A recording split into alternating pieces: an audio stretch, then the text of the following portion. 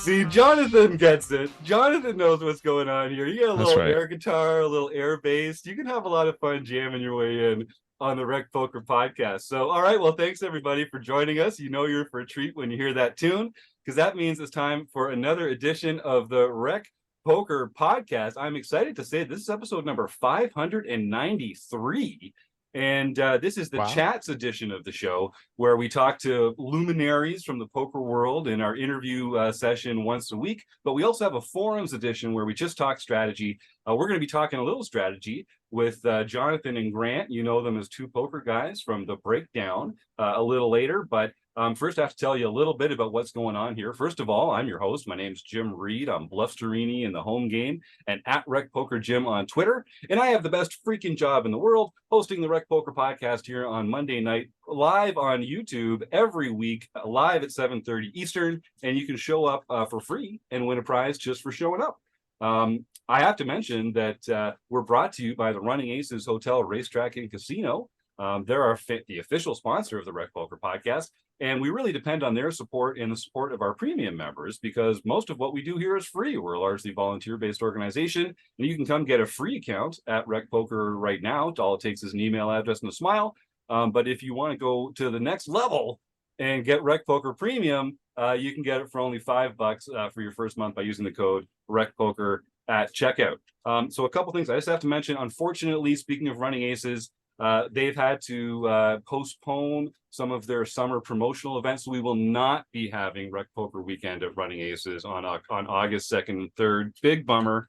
But we'll make up for that with another event sometime this fall or winter.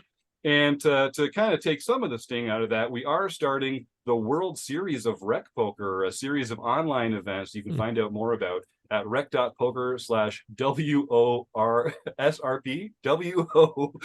WSORP. God damn it. We'll put the links to that in the show notes as well. So come and check that out. That's going to be a lot of fun. We'll have some more details about that later on. Now, okay. They let me host the show on Mondays, but I am just one man. It takes a group, a gang, a crew to make the magic happen over here. We called our group of wizards the RECing Crew. And if you want to find out more about me or the rest of the RECing Crew, you can go to rec.poker/crew, or just listen up. You're going to meet a few of them tonight, right here on the show, starting with none other than producing co-host Chris Jones. Well, I'm Chris Jones. You can find me 5B5 on Twitter or 5x5 in the Poker Stars home game, and I help run our monthly deep dive strategy segment. And I'm John Somsky, also known as Poker Geek MN Everywhere, and I help host our home games. And my name's Rob Washin. You can find me as Rabman50 just about everywhere. And on the first and third Wednesdays of every month, we go through and discuss various poker books. We're currently talking about Excelling at No Limit Hold'em by Jonathan Little and others. That's right. Just a little taster's choice of the smorgasbord of Rec and Crew activities that we have here at Rec Poker every day, week, and month. Come check us out and join up for free. All right. Well, we have the pleasure of being joined by Jonathan Levy and Grant Denison. We've spoken a few times before, guys. I tell you, you got a branding problem. I want to say they're the two poker guys. I want to say they're from the poker podcast, The Breakdown with the two poker guys. When you define your own role in the poker world, how do you describe yourself, this super duo? And like, if someone didn't know anything about you, how would you explain your role in the poker world today? That's been a struggle since we began the brand, to be honest. And it's partially because it's more about when people ask, what do you do for a living? And the answer is a combination of poker and poker content. Like, I'm a poker player and an influencer, but I swear I'm not a serial killer like it sounds like based on me saying that. Like, Sure. So, but we go by the poker guys is the most common. The two just comes from Twitter handles being taken at the time that we made the Twitter account. And it, was definitional of the amount of us. But you are right that we do have a bit of a branding problem there. I had a guy who came up to me the other day. I'm in Puerto Rico. He came up to me and said, "It's one of the poker bros. I love the poker bros." And like, good enough, close enough. Great. Yeah. Thank you. Thank you very much. So it is a thing. If you're listening at home and you don't know who Dose Poker Bros as they go by officially. You could just Google Dose Poker Bros and these two will come up, I'm sure. But in all honesty, one of the most fun times you can have listening to a poker podcast is by tuning into the breakdown. You guys have been doing this for a long time. You've really found your rhythm. You go very deep into the analysis of one poker hand per episode. You've been doing it for a while now. Tell me a little bit about sort of what it feels like looking back on quite a legacy of poker podcasts at this point. Go ahead, Grant. All right, please I'll go. Speak to it, Grant. Okay, this feels like my question. Sure, I'll do this one. For sure. Well, we actually have more than 593, which is a number that I think is important to have more than. It's a good, it's a good amount to have. That's smart. That's wise. Yeah. Yes. Yeah. That's how you know you've made it. That's kind of like a delineation between a great podcast and a good podcast is right Good there. point. Yep. Yeah. That's fair.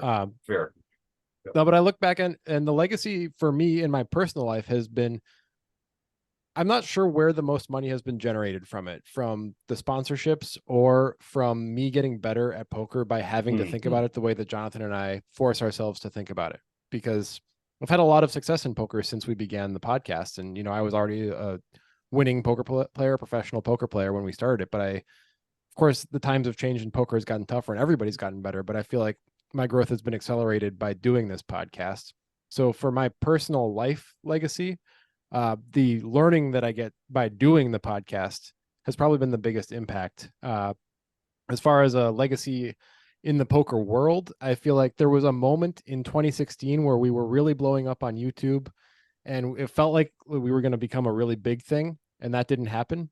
And the trajectories kind of changed, you know? So we're kind of just like this steady, solid. We have our people that listen to us for a decade and we like what we do and we have fun, but we never reached that level of like poker B-list plus.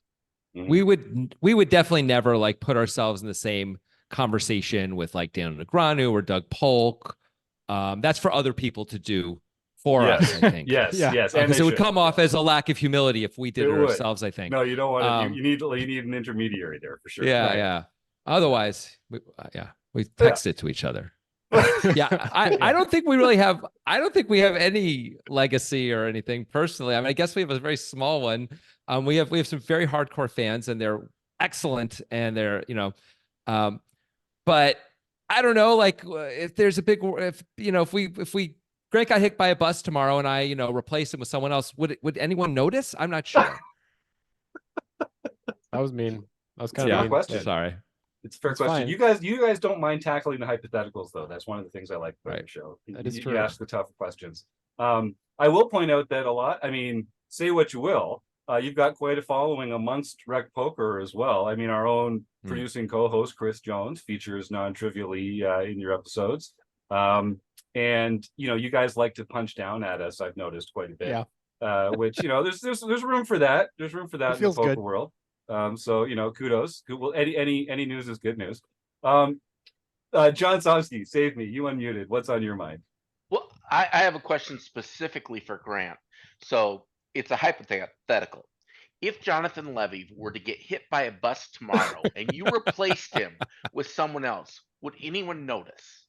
No, of course not. Okay. You just got to fight I mean, there's a lot of guys in Puerto Rico who are kind of like Jonathan. I just find another one and that would be fine.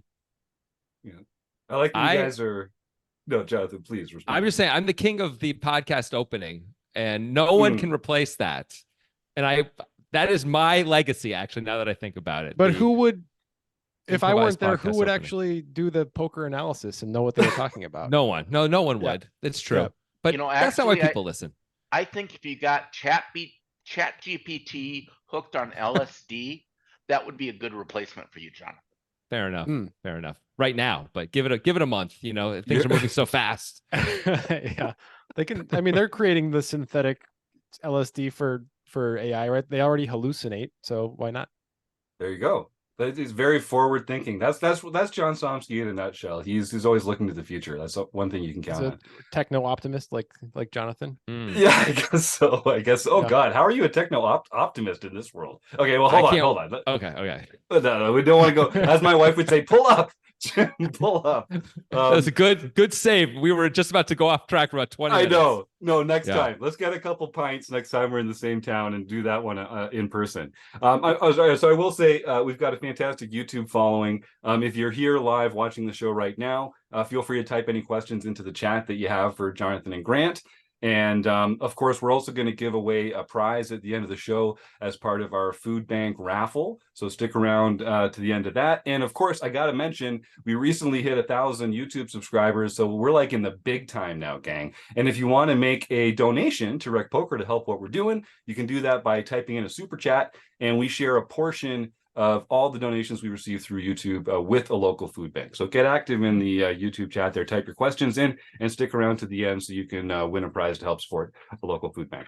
So I don't see any questions right now, but throw them in there. Guys, I wanted to ask, you get lots of people submit hands to you through the Discord, on Twitter, through smoke signals in your dreams. I understand you have a lot of ways for people to contact you. How do you choose what makes an interesting hand? Number one, it can't be just a cooler that would be played that way no matter what. And we have gotten many of those suggestions because they're big, showy hands, but there has to be some level of analysis that can be done. That's probably the most important thing. Beyond that, there's a huge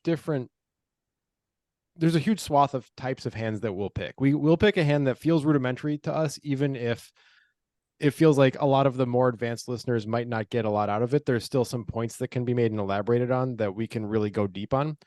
And sometimes we pick a hand that we're like, I have no fucking idea what Sam Soverel just did, but I'm going to try my best to figure it out. And so it just has to be interesting, and it could be a lot of different levels of play of poker. Yeah, that was actually my next question, because I think it's kind of hard to curate the content that you're putting out, because you want it to be reflective of an exciting part of poker, but you also want it to be something that the audience can relate to. And we're not all playing like high roller events against the best players in the world. Do you try and balance that sort of application versus aspirational effect of the hands? I don't think we do, honestly. I think we're much more interested in, I'm personally interested in hands that I don't understand. Mm-hmm. So someone does something that I don't get what just happened or why they did that, then that's the hand I want to do. If it's a good player, especially someone who's very successful, so they aren't just randomly clicking buttons, that's the hand I want to do a breakdown. And then Grant and I do our best to figure it out, on the show. And sometimes we do and sometimes we don't, honestly. But I think we have a relatively, I've learned more about poker that way in the last 10 years than any other way, is us sort of trying to reverse engineer these high level hands. We've always been pretty clear that we want to do these things for us as much as for anyone else, even more so. It's got to be something that really feeds us. So that's why we do the humor that we do. That's why we take, 10 minutes before we really get to the hand, because we enjoy hanging out with each other and we enjoy messing around. So we do, because that's what makes us want to keep coming back and still do this podcast every week. And so it's always been like that. And so sometimes we can't find a great hand that mystifies us. So then we're looking at other hands too. I think it's more like that. Mm-hmm. Yeah. And to elaborate a little bit on how we choose the hands and why we choose the hands that we choose, it's really mostly about entertainment, honestly. So even though the listeners may not be able to relate to, a Triton high roller hand, and neither can Jonathan and I, to be clear, we were never going to play those things. Even if I had the money to play that, I'm not going to go burn money. No, thank you. But I think there is still there's entertainment value in what we do and how we do it. But beyond that, you can learn through the thought process that we present. It's not just about having a thought process about the game that you're in, but the thought process that applies to all of poker. And sometimes we go down the winding road of the higher level players, and it takes us to a place that you're never going to be in a 1-2 or a 2-5 game, but it still has applicable theories and general concepts that you can use if you over time just kind of sort of absorb the types of things that we're talking about. And I think that's where the educational component comes into the podcast. It doesn't necessarily have to be the stakes that the listener is playing. Yep, great answer. Chris Jones, jump in. Yeah, I just want to kind of jump in and, both of you, I'm a fan. And one of the things I've heard you describe your show from early days was kind of just what you said, Jonathan, was this idea of we want to explore decisions in hands that maybe we don't even understand what's going on in some of the top players' minds. And I'm just kind of curious, the more you've done it, you have more than 593 episodes, so congratulations on that. Very impressive. Yeah. It is very impressive. So the more that you've done it, and the more that poker has just become more of a technical game, and we've got all this information and solver out there, are you still finding as many of those moments, or is it more of a struggle now that you've kind of done so many hands, plus the game is getting more and more technical? Like, do you still find those moments where you're like, I still don't know what Stephen Chidwick's doing here? I would say yes. I definitely still find, we find those moments for sure. One of the best things about poker is that it's an iterated game, right? So the best players have to keep evolving against each other. Otherwise, they're going to figure each other out. Like Michael Adamo, actually not just Adamo, every 2 years, there's someone goes on a big run in the high roller circuit, and then everyone like puts their heads together, figures them out a little bit. This is my working theory, and can't be taken advantage of exactly in the same way. And that doesn't, I'm sure those guys are running hot too. There's other things going on, but I think that's part of it anyway. And so Adamo was playing a really different game than pretty much everyone else a few years ago. And I think we've seen the entire like high-end, high-level circuit play adapt a bit to making these bigger bets than they were making before. Much bigger bets on the turn, much bigger bets on the river. They have the nuts. They're not betting 1.2 times the pot. They're betting 3 times the pot sometimes, which is Adamo was doing 3 years ago, but almost no one else was doing that with any regularity. Other things are happening too, but I see like it's like a race. And so when Adamo sees them doing that, he's got to again, readjust his game. And it's a constant arms race between the Bonomo's and the Damos and the Negranos of the world. And so I think there's always going to be things where we're like, what just happened with that guy? Why did Bonomo do that? I don't find it's running out at all.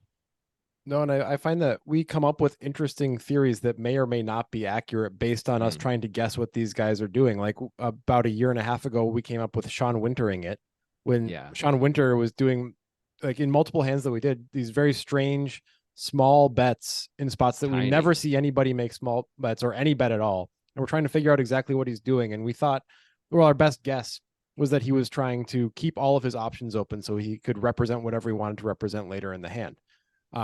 And that's not something that we had seen before, because it was like from all of the game theory that we were apprised on at the time, we're like, this is just a terrible bet by objective standards, right? Like, so when we see a spot like that done by a player that we need to give credit to, we try to take the time to dissect why they might be doing it, because they probably know a lot more than us about why they're doing it. And there's going to be a good reason. It's not like these guys are doing this flippantly. They're playing for millions of dollars. I love that you used that as an example. I remember that episode and that sort of the ability to continue telling the story. Like he was just sort of like keeping his range uncapped on future streets, essentially by the smaller sizes. Do you find yourselves making these sort of predictions or theories and then get sort of like totally proven wrong later, or talk to someone who was in the position and they're like, oh no, that wasn't all what I was thinking, or do you also get a sense of actually that was what they were thinking? How often do you get to test your theories against the reality of the player? Almost never. I mean, there's the Sam, what was the player, Sam Trickett story, where it wasn't about a theory, but he made a play against Jason Mercier.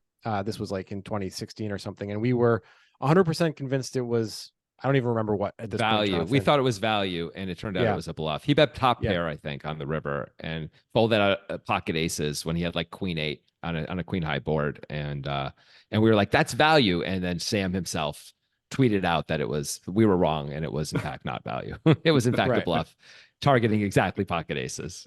So that wasn't a theory thing. So that's the only thing we've ever gotten real feedback from the player who played the hand. I think if Sean Winter is actually Sean Wintering it, I don't think he would ever reveal that to the world. I mean, we hear from other players though sometimes, Grant, like big name players sometimes will contact us and talk about what they were doing or what they were thinking when we're kicking stuff around. So that does happen. Yes. It doesn't happen all the time, but it's definitely like semi-regular, I would say. It's always about individual hands. Like Yes. it's never about their overall theory about how they're going to play high rollers, because they don't Sure. want us putting that out to the world, I'm pretty sure. Mm. Right. Yeah.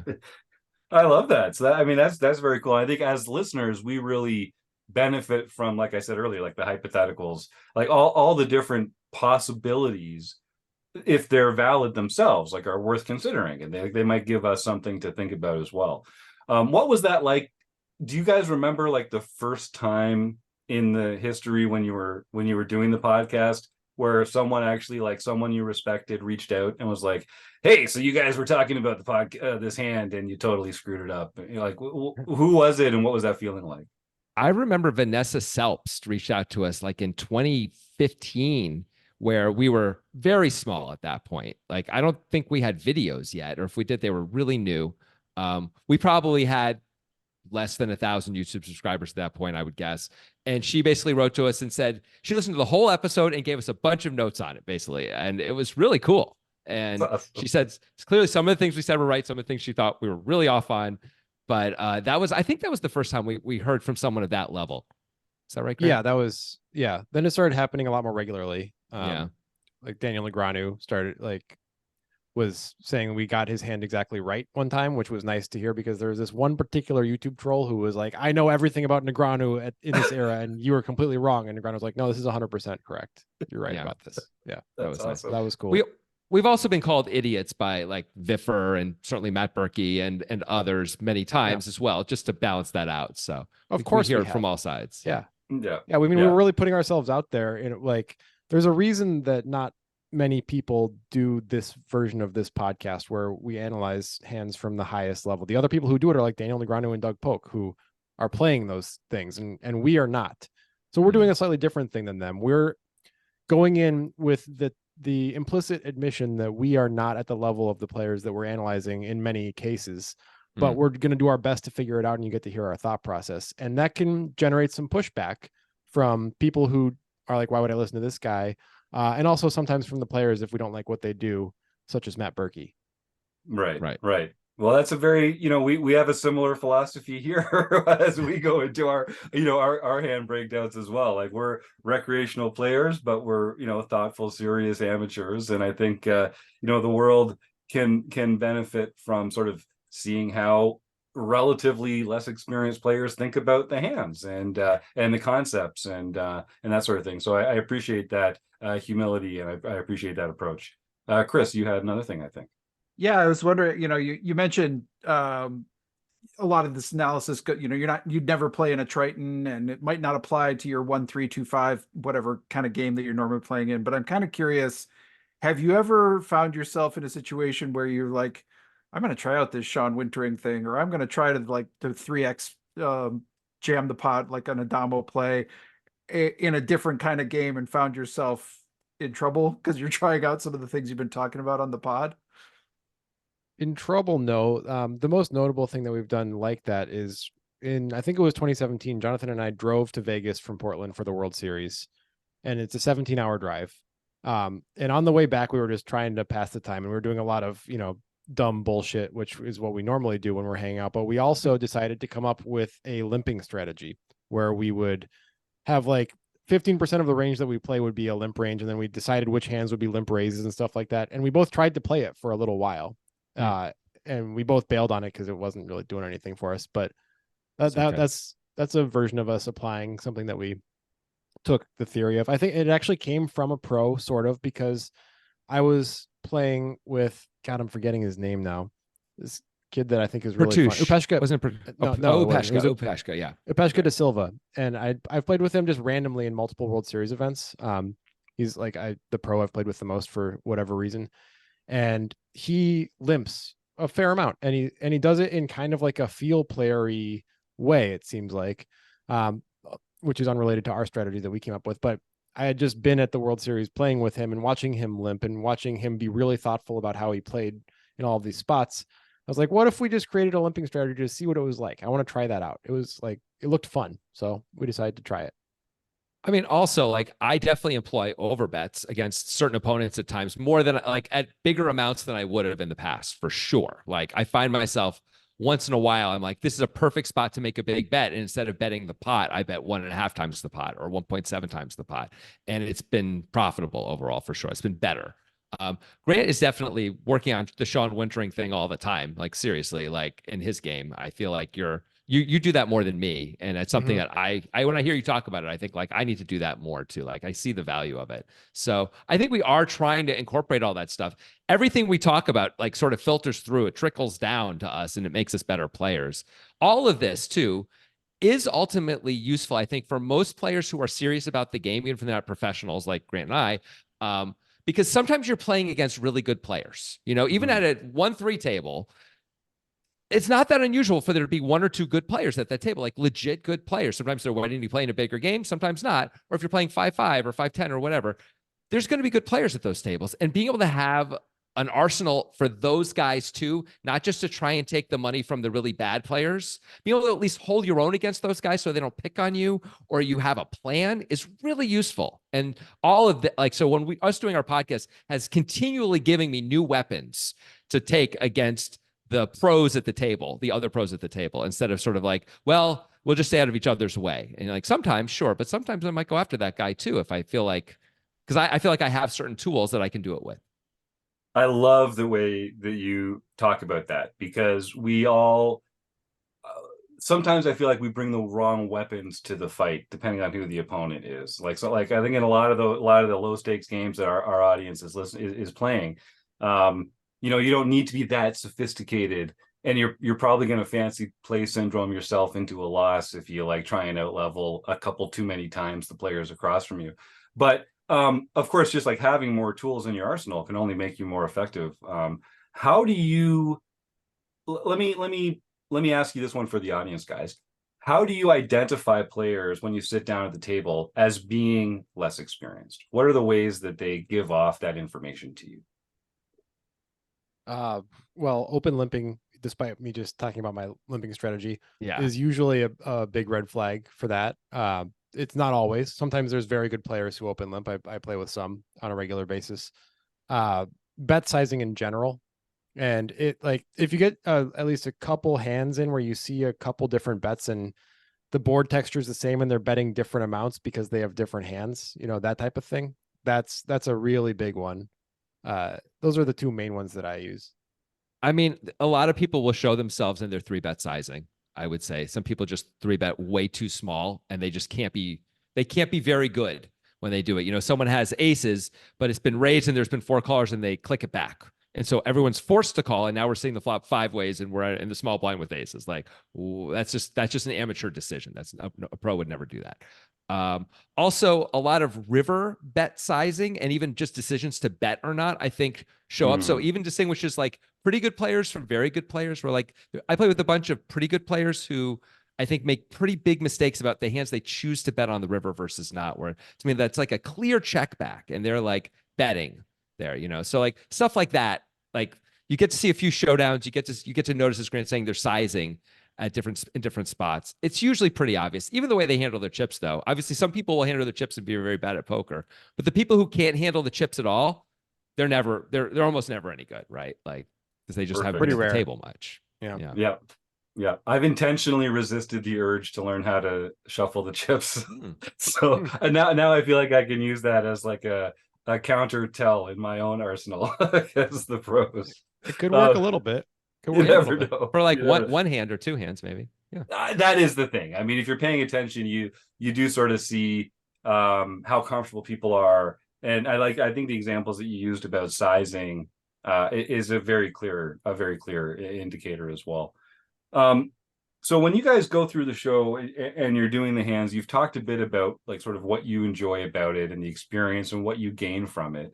Do you think of your show as being educational or entertainment, or is it exactly both? Do you intentionally bring the conversation along in a way that engenders learning with the audience, or is it really just a byproduct of you guys having an interesting conversation about hands?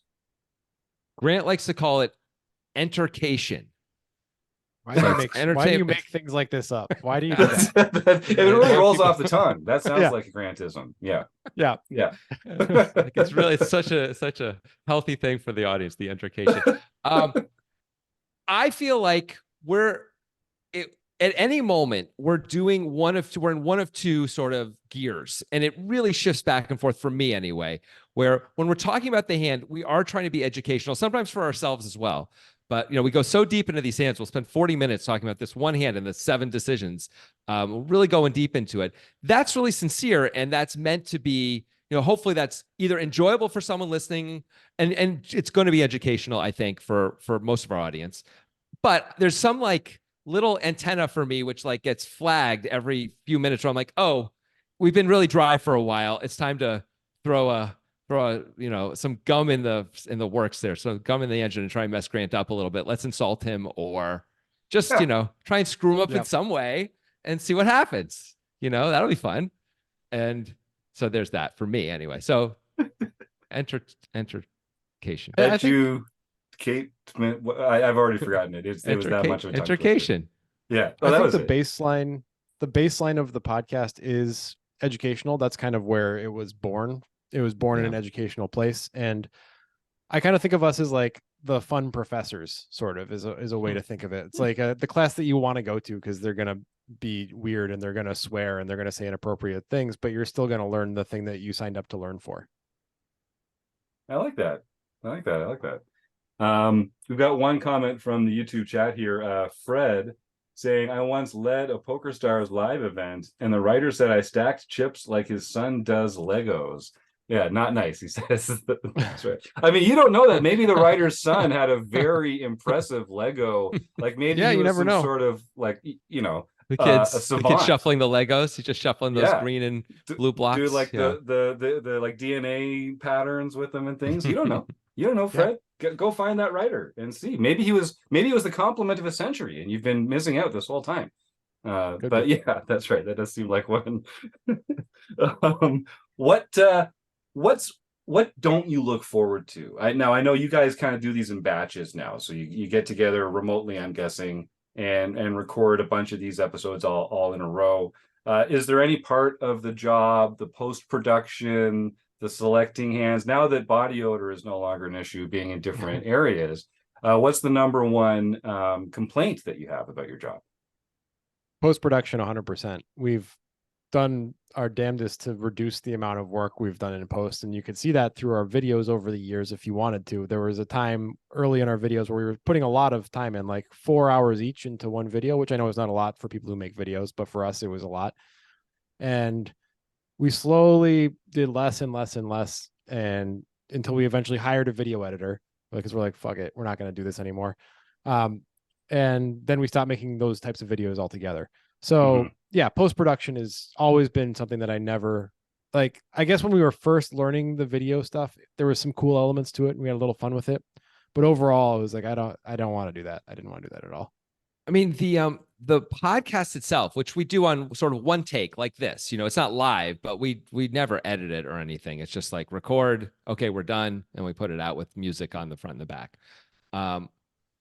We would more or less have that conversation anyway, whether we recorded it or not. Maybe not to that depth, because we and maybe not that formally, but essentially we would talk about interesting hands and try and piece them together, and we'd mess around while we were doing it and joke around. So in some ways, that part is a pleasure. That's just I get to hang out with Grant. It's really nice. I now live 4,000 miles away from him, and it's a way that we hang out, and it's a really awesome way to hang out with them.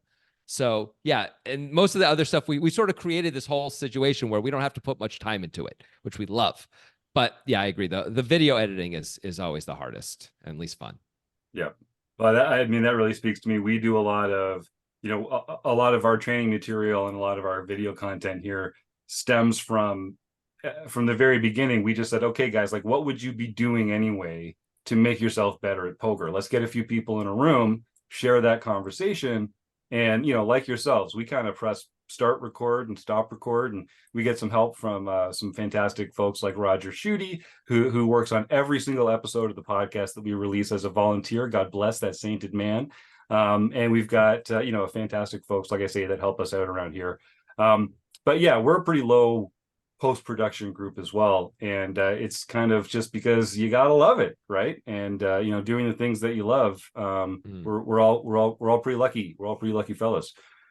Jonathan, you're no longer in Portland. It sounds like you're down in Costa Rica full time now.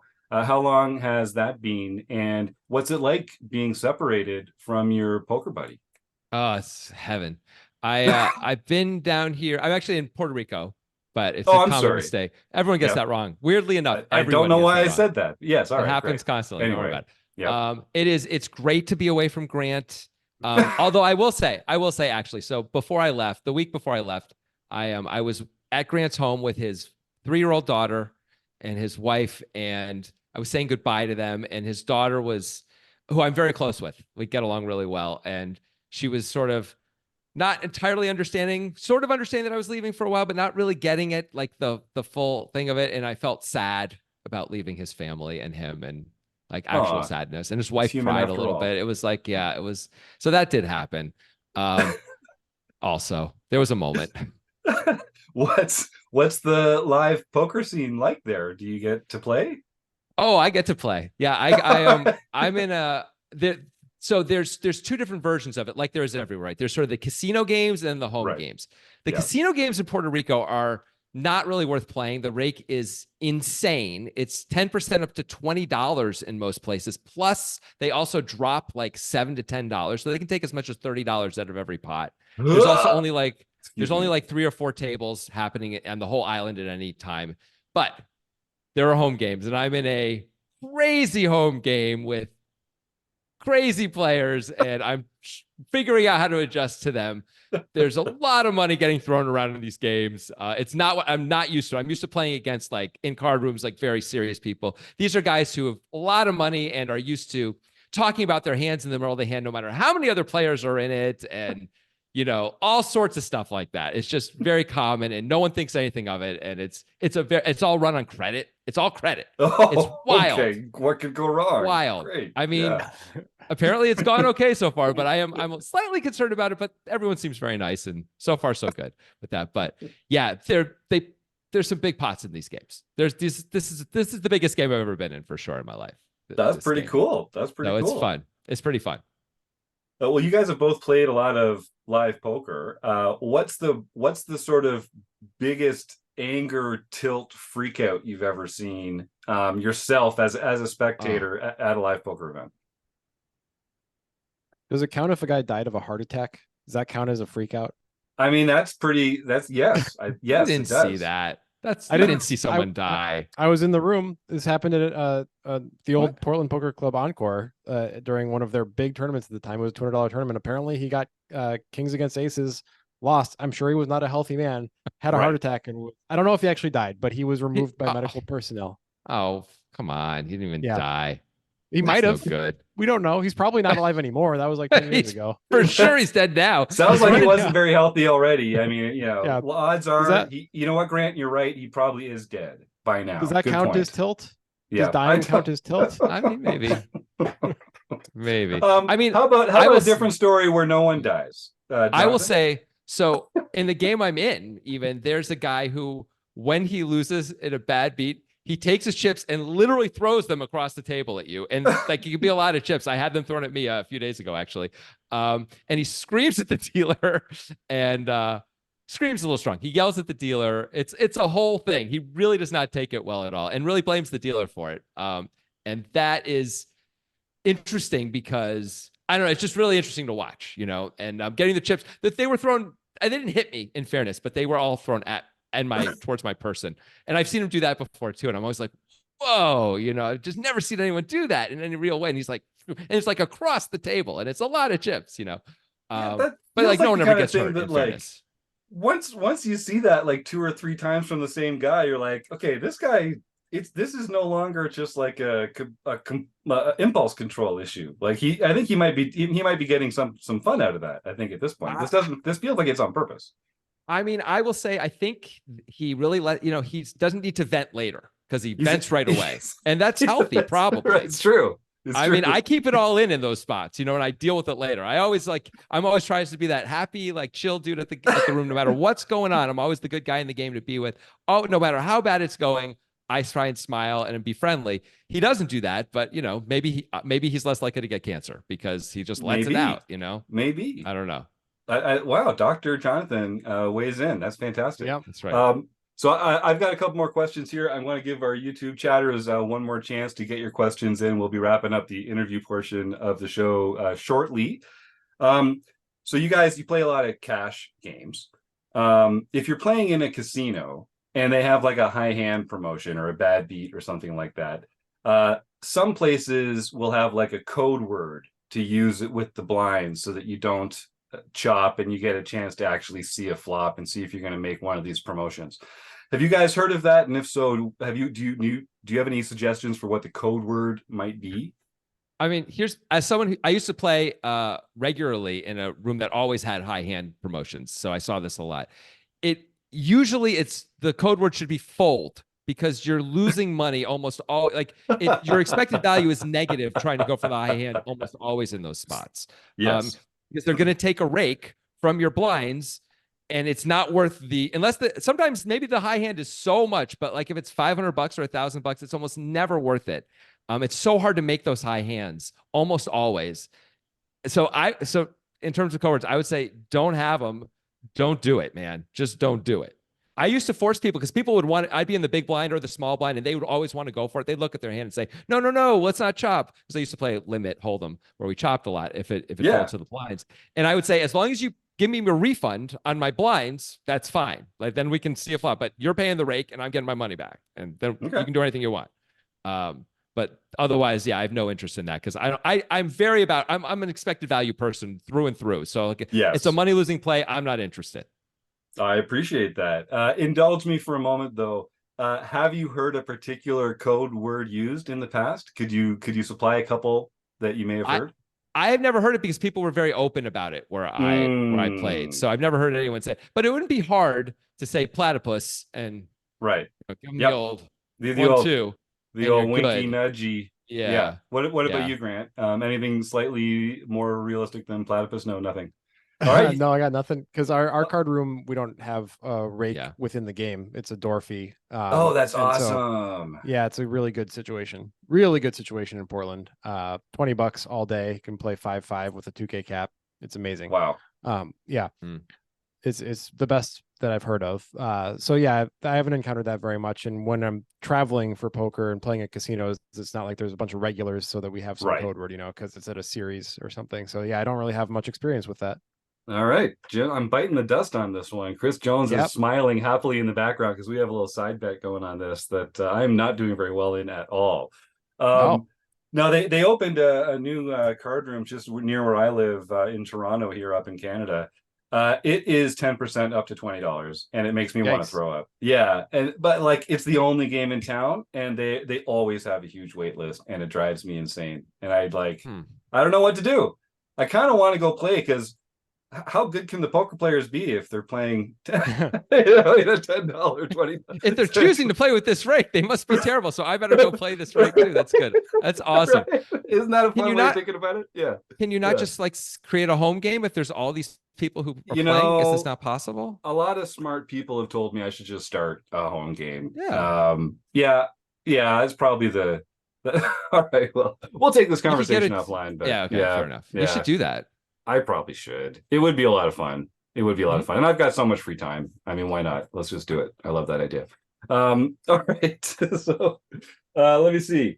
We got a question from JD Malay. What is some wisdom you've learned from playing poker that you apply to your life? Or, to be fair, he says, some wisdom you've learned from poker and you don't apply to your life. That is also an acceptable outcome. I think the most applicable thing for me is tilt control. I have very good tilt control, and I think I have that naturally in life, but I think poker has taught me to, beyond just the tilt control, the reason for the tilt, like not being results oriented is really important in poker. That's also important in life. Like I have a phrase that I use sometimes, which is black box it. Like if there's a thing that concerns me that I have no control over and I don't know what the outcome is going to be, there's no reason to think about it. So I black box it. So I think in poker, you can do that pretty easily once you play a lot. I mean, some people struggle with tilt control for their entire lives, but if you can control your emotions and do that in poker, poker is kind of like a nice learning vessel for doing that in life as well. That's good. For me, I'd say the game theory idea of distribution. So where you're trying to decide which part of my range am I going to continue with or not, and why, and figuring all that out. We go really deep in that a lot in our podcast, because that's often how we come up with some of the solutions to why people did what they did. Yeah, and that has absolutely not affected my life. I've not taken that anywhere else outside because there's nowhere to apply that except in poker. All right. Well, thanks to everyone in the YouTube chat. I'll just tell the YouTube chatters we're going to do stake, study, stack with our guests here, and then we'll close the action with our speed round. If you want to start typing the words food bank into the YouTube chat right now, you'll enter our raffle. We're going to give away a fantastic prize at the end of the show to one person who just types the word food bank into the YouTube chat. And the reason we do this is because for a lot of people, you might be surprised at who. It's just a difficult time to put food on the table right now, to feed a family, a loved one, or a child. And here at RecPoker, we try and take the stigma out of using the word rec. And we also try and take the stigma out of folks that just need a little help every once in a while, putting food on the table by visiting a local food bank. So we're going to give away a prize, a free month to one of our training partners' sites, or a free month here at RecPoker to one of our YouTube chatters. And I just want to encourage folks to pull out their smartphone, Google food banks near me, and you'll find a fantastic organization that can benefit from a few dollars out of your pocket, a few hours out of your week as a volunteer, or a few non-perishable food items from your pantry. It's just a great way to make a difference in your own neighborhood to people that need your help the most. All right. So while people are typing the words food bank into the YouTube chat, I guess that's the official end of the interview portion. Now we have a soundboard. We can really make it official. Chris Jones, you are the man that Eric Ginn has tapped as the shepherd and steward of his fantastic segment, Stake, Study, Stack. Please introduce our guests to the concept, and good luck to both of you. Yeah, Grant and Jonathan, we're going to do 2 segments, one for each of you this week. And so this is a game we call Stake, Study, Stack. I'm going to give you 3 names. You're going to pick one that you want to stake in a cash game or tournament, one who you want to study with, and one who you just like to take all of their chips and stack them at the table. Okay? Okay. And Grant, I'm going to start with you, and I have never done this before. I've never given my guest a choice, but I am going to give you a choice in the list of friend or foe. Foe. All right, foe. This is the foe list. You are going to be choosing between Matt Berkey, Phil Helmuth, and Alec Torelli. Wow. Okay. I will study with Matt Berkey. I will stack Phil Helmuth. Do I want to stake Alec Torelli? Do you? I mean, there's elders everywhere who are, excited to learn from him. Maybe. Yeah, I'll stake. I'll stake Helmuth and I'll stack Torelli and I'll study with That's the only Berkey. right answer. That's the only right answer, Grant. You have to do it that way. Yeah. All right. I love it. I love it. And if you had chosen the friend one, I would have asked you about Angela Jordison, Jackie Burkhart, and Stuart Young. So you can just think about that. Wow. Oh, it's better. No one else Interesting. knows who those people are, though. It's better to the famous people. 2 of them have been on our show. Okay. Oh, Angela. I mean, people know who Angela is. But okay. Anyway. I mean, come on. All right. Well, I Jonathan. didn't realize I'm insulting anyone. Well, we like to go ahead. cut the. Okay, so Jonathan, I'm going to ask you about. You're a big TV fan. You're often talked about television. So I'm going to ask you about 3 anti-heroes. Cool. Your names are Walter White from Breaking Bad, Cersei Lannister from Game of Thrones, and Logan Roy from Succession. Wow. Those are great shows. Oh, Succession's so good. Okay. Stake, stack, or study. All right. I am going to study under Walter White because he's the guy. He's the smartest of those 3 for sure. Cersei is a mess in a lot of ways, and Logan Roy, while effective, is sort of a bully and sort of has 50 sensibilities. I don't think it would work as well. So we're going to study Walter White. We're going to have to. I guess I have to stake Logan Roy. He's so successful. He's done so well. And Cersei did have power for a little while, but not that long. She took herself from sort of nothingness all the way to like the head of the kingdom. So that is pretty impressive. But Logan Roy is on top for most of his life. So I guess we have to stake him. He's a billionaire. Yeah. Sorry, Cersei. Good answer. And I will jump in that Cersei was, I mean, she was basically born on third base as well. Like, come on, let's not give her that much credit. She didn't like start down here, you know. Well, I mean, now I wish I could remember. The Lannisters, they've controlled they've controlled the purse of the realm. You are correct. Generations, I think, at this point. That's a really good point. That's an excellent point. But all right, now that the nerd off has subsided, we are going to close the action. So, guys, we talked about this when we have a powerful combo duo like yourselves. We're going to alternate rapid fire questions here, and we are looking for honest, quick, fast responses. And if you're taking too long, you can say pass. We don't want to make anyone uncomfortable. But if you're taking too long, we're going to bring in the buzzer and the soundboard. I mean, I'm loving the soundboard. This is great. How much fun is this? All right. So who wants to go first, fellas? And then we'll kick this baby off. Jonathan, go first. All right. Jonathan will go first. Let's enter closing the action. All right. Jonathan, we're going to start off with an easy one here. What is your favorite poker hand? Queen Jack suited. Grant, is poker a gamble or a skill game? Skill. Jonathan, what is your biggest poker pet peeve? People who tank unnecessarily. Grant, I'm going to stop saying your names because it's confusing to me. Is Die Hard a Christmas movie? No. Is Ace King a drawing hand? No. Is a hot dog a sandwich? No. Oh, come on. What about a taco? Is a taco a sandwich? Yes, and so is a hot dog.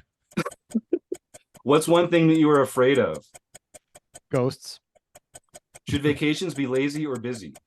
Lazy. What about a calzone? Is a calzone a sandwich? No. What's your favorite poker venue? Ooh, the Wynn? How do you grapple with the concept of your own mortality? Nihilism. Pineapple on pizza, yes or no? 100% yeah. Yellow light coming up, slow down or speed up? Slow down. Okay, what about an open face sandwich? Is an open face sandwich a sandwich? It's called an open face sandwich. It's got to be a sandwich. It's a category of sandwich. If I stand in a garage, does that make me a car? Come on, Jonathan, use your brain. Who's your favorite musical artist? Red Hot Chili Peppers. Who's your poker nemesis? Matt Berkey. Is a Pop-Tart a sandwich? No. All right. Last question then, and I guess this one's coming to you, Jonathan. If someone came up to you and put a loaded gun to your head and said, Jonathan Levy, you have to go back in your life, and even though you've done everything perfectly in your life up until now, you have to go back and change one thing and do one thing differently. What's the one thing you would do differently? I'd buy a lot more Bitcoin in 2010. Yeah. Good answer. Good answer. All right. Well, I'm just doing some quick math here. I'm going to have to use a multiplier because you were working with a disadvantage of only getting half the questions each. 1,213 points. That's not quite a high score, but that's a very good score, guys. Over 1,200. That puts you in very elite company. You should feel very proud of yourselves. I was going for 1,100. I was hoping for 1,100, so I'm pretty happy. You know? You should be really happy. I want to know about the scoring just a little bit. And I want to understand when Grant kept saying no to all the sandwich things, was that helping us or hurting us? Well, I don't want to give away, like we have a proprietary system that we use to score this. There's like Oompa Loompas on this side, and then we have a very, very impressive AI model that actually lives on this side of the home office, and they interface organically. It's fantastic. But maybe when you have us on your show, we can take you behind the curtain. Wow. Okay. Yeah, that's right. When's that going to happen, jerks? What, like, it's like the third time we've at least have Chris on, for God's sake. He's like the patron saint of your Discord. He's basically on the show anyway. We talk about him every week. We had Daniel Negreanu on our show and we got half the listens. We're not a guest show. Really? Yeah. So you haven't even, well, that's what I'm saying. So like, think about the effect, the Chris Jones effect. Oh yeah. We haven't tried the Jones effect. Factor that in. I'll let you do with that what you will.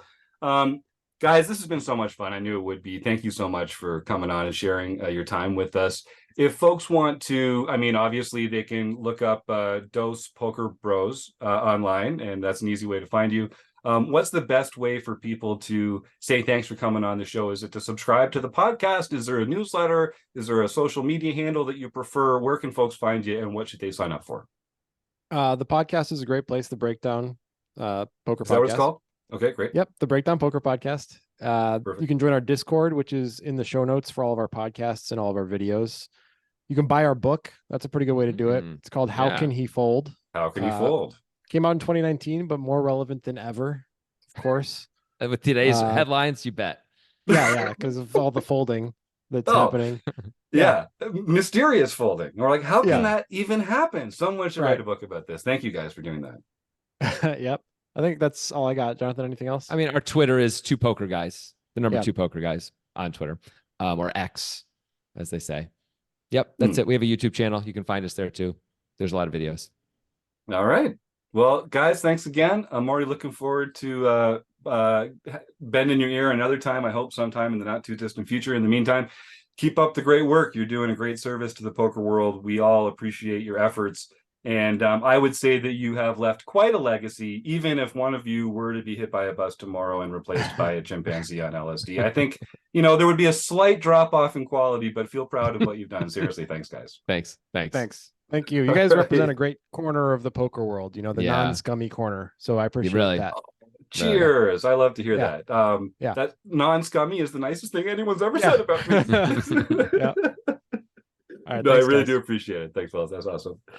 All right. Well, let's have John Somsky on. We're going to talk about some recent home game results. We're also going to be talking about some new study groups that are going on this week. And of course, the World Series of Rec Poker. And we're going to give away a fantastic prize to one of our YouTube chatters, although I only see 3 people entering the words food bank into the chat. So you could enter right now for free and have no less than a 25% chance of winning the prize. But I dither. John Somsky, pray, discuss some recent home game results. Well, K-Poker wannabe Ron Payton got his 4th nightly victory for the year. Carl 0621. Carl Anderson got his first nightly victory for the year. Matty Bumpo got his first nightly victory for the year. Graphic 16 Roger Schutte got his 2nd daily mixed victory. Amazing. Max Chaos 2112. Greg Clem got his first international victory. Binkley Eric Jim got his first international victory. And it should be noted he's up to 26 lifetime, so he's approaching. One Jack Black got his first LPP victory, so he can contact info@rec.poker for his free month at Learn Pro Poker.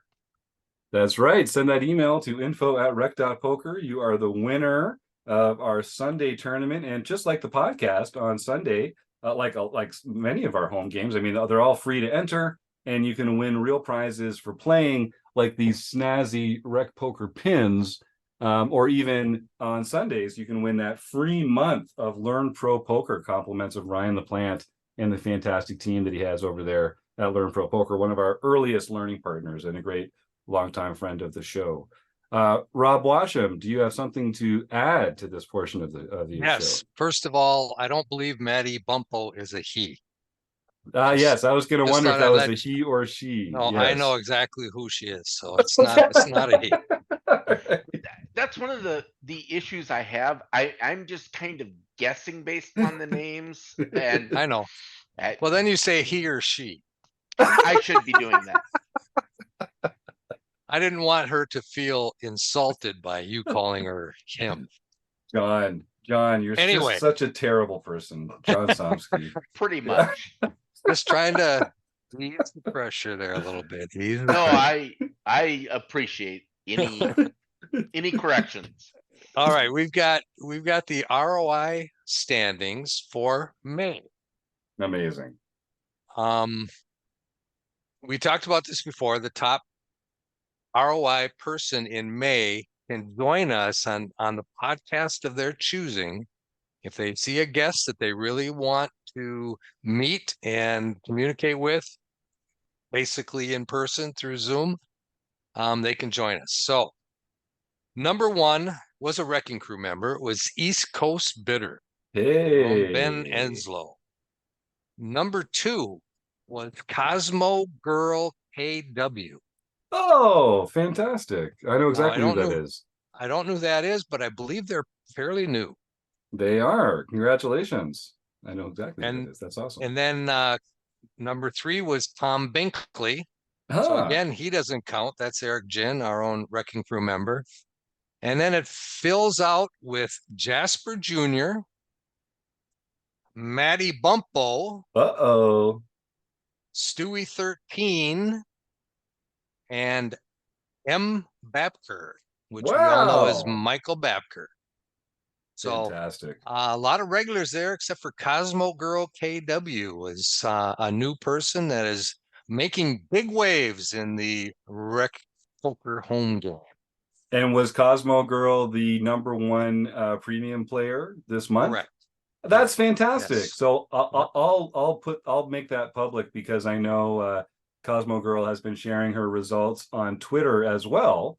That is none other than Christina Sukram, who is the person that the Pocket Queens mentorship group has put me in touch with. So she and Christina and I have been getting together and talking poker strategy over the last few months. And I am so stoked to see her in there leading the ROI results for all the premium members at Rec Poker. Way to go, Christina. If you're listening, congratulations. Yeah, I know you've put a lot of effort in. 142% ROI. Amazing. Amazing. Well, making me look good, Christina. Keep it up. That's fantastic. Way to go. And I will just mention, so we do have a couple events coming up that I want to draw people's attention to. If you're listening to this live and you're a premium member, not only can you join us at the top of the hour in about half an hour to record the forums edition of the podcast, where we'll be talking about strategy, you can also join us on Thursday this week, Thursday, June 6th.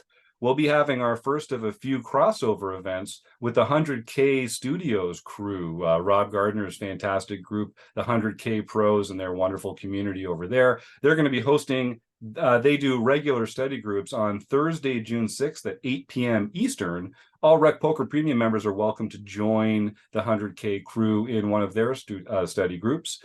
And then on Saturday, we'll be welcoming the 100K group into one of our own study groups. I do a monthly Poker Tracker 4 review. I'll be doing that on Saturday, June 8th at 1 p.m. And this episode comes out on Friday. So if you're listening to this the day it comes out, you still have a chance to join me, some premium members, some Wrecking Crew members, and some new friends from 100K on Saturday, the 8th at 1 p.m. Eastern. I hope you do. We're going to have some fun. We're going to look at a database from Eric Anderson, longtime contributor, and he's got some really fun stuff in there for us to take a look at. We're also starting the World Series of Rec Poker. This is another collaboration with Rob Gardner and the 100K crew. So on Sundays, for 6 weeks, starting on June 9th and running until July 14th at 3 p.m. Eastern on every Sunday, you'll be able to join for free a game hosted in the Poker Now platform, which is such a fantastic way to play poker with your friends for free. We use it here for a lot of our learning material and study events. So you can find out more information at rec.poker/WSORP. And they'll be giving away some real prizes there, some coaching sessions with Rob Gardner, some premium memberships here at Rec Poker, some swag, some other fun stuff like that. And again, those are on Sundays at 3 o'clock Eastern. Find out more at rec.poker/WSORP. All right. Well, exciting stuff happening. And I guess also on the 15th, I'll just shout this out because the Heads Up series on Saturday, June 15th is coming up. I believe that's at 2 p.m. Eastern.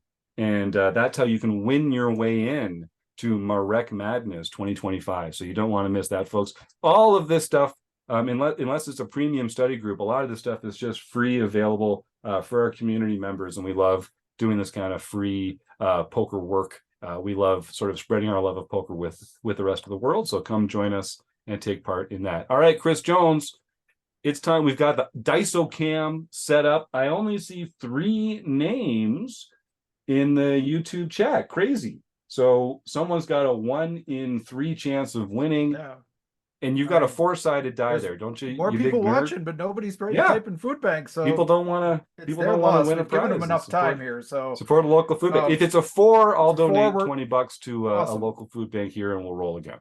All Who's right, the winner? Away we go. It is a 3. All right, that is K Poker Wannabe. Ron Payton, no stranger to the winner's circle here on the RecPoker podcast. You know what to do, my friend. Send that email to info@rec.poker. And I believe I think you are already a RecPoker premium member, in which case you have won a month of free membership at one of our fantastic learning partners. If I list them now, I'll forget one, so I'm not going to, but there are a bunch of really good ones.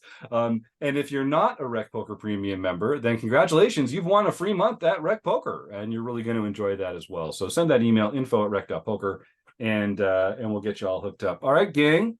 Again, bummer about the Running Aces event in August, that we're not going to be able to do that, but we will get a chance to do something else fun as well sometime soon. If you enjoy the show and you want to help us out, head to rec.poker/support. And you can see ways to help us out without spending a buck.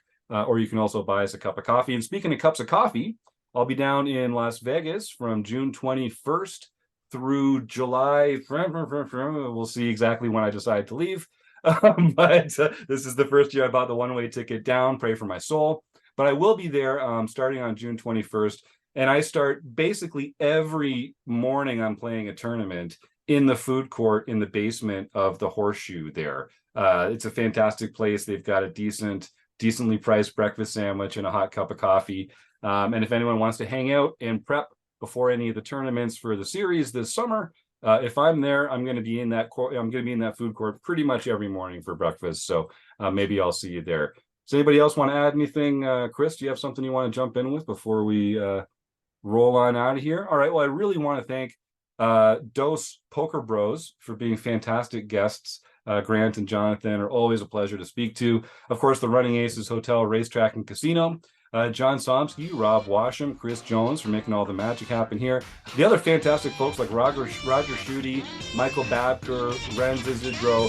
We just couldn't do what we do without you. So thanks to everyone for all your help. You, the listeners at home, we'll see you next week on the RecPoker podcast. Have a good night, everybody.